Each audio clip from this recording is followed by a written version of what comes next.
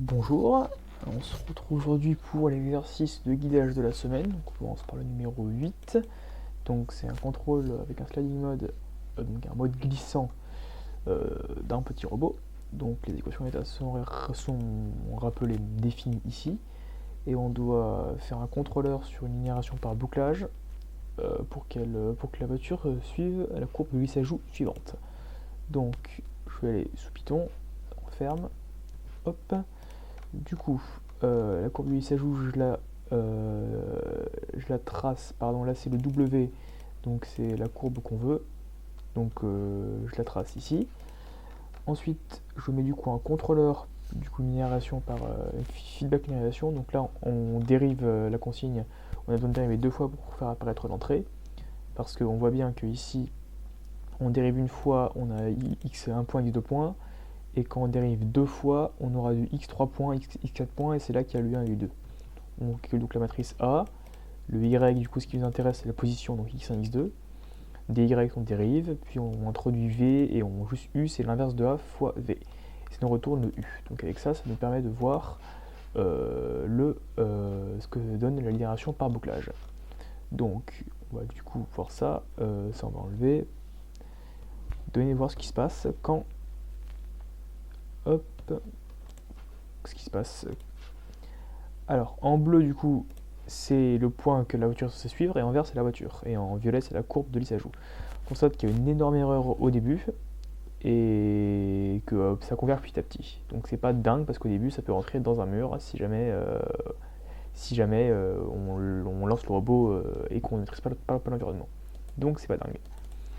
Donc maintenant on va faire ça avec une itération par bouclage. Pardon, avec un sliding mode.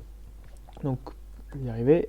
Donc pour le sliding mode, on dérive un cran en dessous, donc ici on s'arrête à dw, on n'a pas besoin de ddw, donc on n'a pas besoin de dériver deux fois, on dérive qu'une fois, ici. Hop. Du coup, ce qui se passe, c'est qu'on prend une grande valeur, donc le cas ici est défini à 100, et on s'arrête juste un cran avant, en multipliant du coup par le signe de cette quantité-là. Et u du coup c'est juste l'inverse de a fois v. Donc on s'arrête un cran avant, et en multipliant par une grande valeur le v.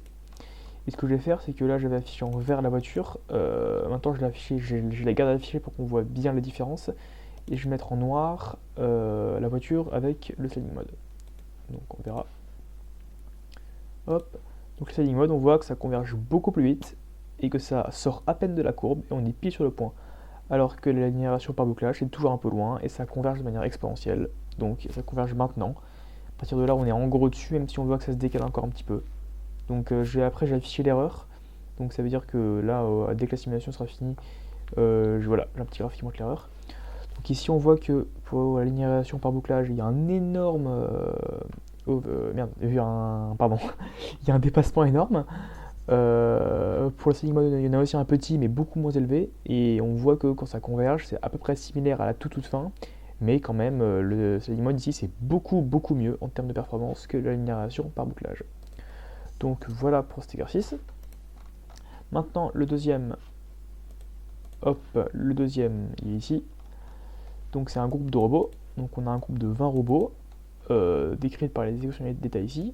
Et on doit les contrôler pour qu'ils suivent cette trajectoire-là. Donc un cos et un sin avec des angles qui se décalent de 2 pi sur n. Avec un nombre de robots, ça va faire un cercle en gros, et le cercle il va tourner. Donc on va voir comment ça marche. Donc hop, ici, pareil, les robots, ça on s'en occupe pas pour l'instant. Hop, c'est l'inverse. Du coup, hop, ça on met, et ça on enlève. Je vais y arriver. Hop, voilà, ça m'a l'air bien.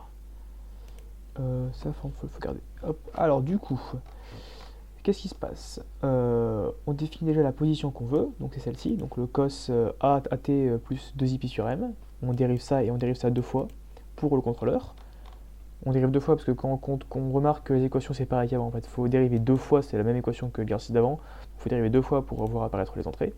Donc la matrice A est identique, là c'est on fait une linéarisation par boucle, ça marche très bien, pas besoin de sliding mode. On retourne V, et on voit ce qui se passe. Du coup c'est l'autre figure. hop, voilà. Donc là, en rouge, c'est les cercles, donc c'est le cercle, donc c'est les points que les robots doivent suivre. Et au bout d'un moment, ça converge directement vers ces points-là. Donc je vais vous montrer, c'est un peu vite. Hop, hop, les robots arrivent d'un petit peu partout, parce qu'ils pop à des positions random. Et là, au bout d'un moment, ils suivent très très bien les cercles. Juste grâce au contrôleur qu'on a mis ici. Ensuite maintenant, on veut que ça suive une ellipse. Et l'ellipse 20 plus 15 sinus AT pour la largeur. Et la hauteur juste 20. Donc le cercle c'était ici pour W1 DW1. Donc là on introduit la transformation du cercle en ellipse, transformation linéaire. Donc là c'est la matrice diagonale, là c'est la matrice de rotation. Donc cos sin moins sin cos, on dérive ça et là pareil, du coup 20 plus 15 sinus AT et le 20, ça vient de ces valeurs là et là. On calcule les dérivés et du coup là le contrôleur on le fait contrôler avec W2 et W2, donc c'est ces valeurs là et pas les premières. Donc ça on met que c'est bien, ça on enlève, on enlève aussi, hop, et on run. Et pardon, ça mettait n'importe quoi parce que j'ai oublié l'axe. L'axe faut le mettre celui-ci parce que l'ellipse va être très grande. Hop, voilà. Hop, donc les robots arrivent dans une position aléatoire, et là, ils se trouvent sur l'ellipse, et l'ellipse elle tourne. Donc les robots vont suivre la trajectoire de l'ellipse. Ah, j'ai oublié d'afficher les points rouges, bon c'est pas grave. Donc voilà, l'échelle est un petit peu petite, mais on constate que les robots suivent du coup très bien l'ellipse en question. Donc ici, pas besoin de sliding mode. Et le deuxième, c'est le combat de robot. Donc le combat de robot, hop, on a déjà un seul robot qui suit ces équations avec d'état.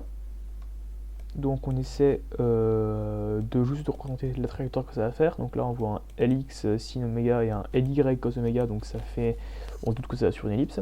Donc là j'ai juste rentré là les valeurs de WA et la dérivée. Il suffit de dériver une fois ici, donc le contrôleur il est ici, il n'y a besoin que de DW. Donc là, hop, on va juste commenter tout ça, on n'a pas besoin pour l'instant. Hop, et on va run ça. Hop, donc là on est face à une ellipse, il y a en point rouge ce que le robot doit suivre, en bleu c'est l'ellipse, et là c'est ce que le robot y suit. Donc là, comme il n'y avait pas beaucoup de dépassement, j'ai pas mis de sliding mode.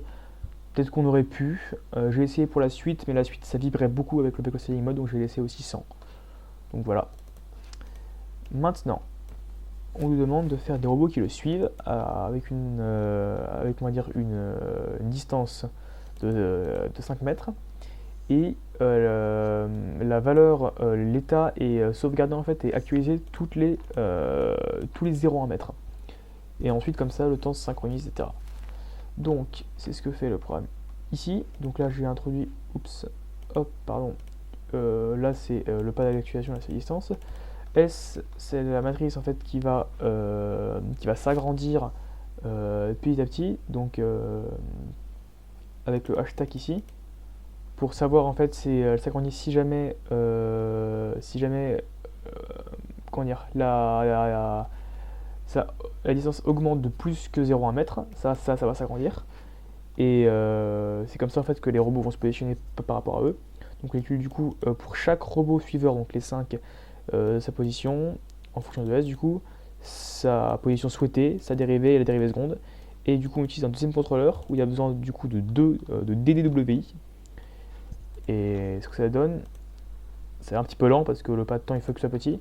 Donc là en fait il y a un petit problème de collision parce que je vois pas trop comment faire autrement. Avec sliding mode c'est un peu mieux mais ça vibre énormément, donc je pense pas que c'est optimal. Donc là on constate que un par un, c'est dû au temps du coup d'exécution, ils vont suivre le robot là avec le point rouge. Ils vont bien rester à la distance souhaitée. Ils vont tous venir en fait comme ça un par un. Là il y a des collisions mais je vois pas trop comment les éviter sur la simulation. À part les faire s'arrêter quand ils voient quelque chose devant eux, mais là ça a l'air assez compliqué. Et comme ça, on peut continuer, ils vont tous revenir jusqu'à ce robot-ci et se mettre bien dans la bonne trajectoire et suivre parfaitement l'ellipse qu'on lui demande de suivre. Donc le cinquième il va arriver bientôt, voilà maintenant. Donc je laisse juste la simulation se dérouler un petit peu pour que le cinquième suive. Là vous voyez des légers dépassements dans le sixième.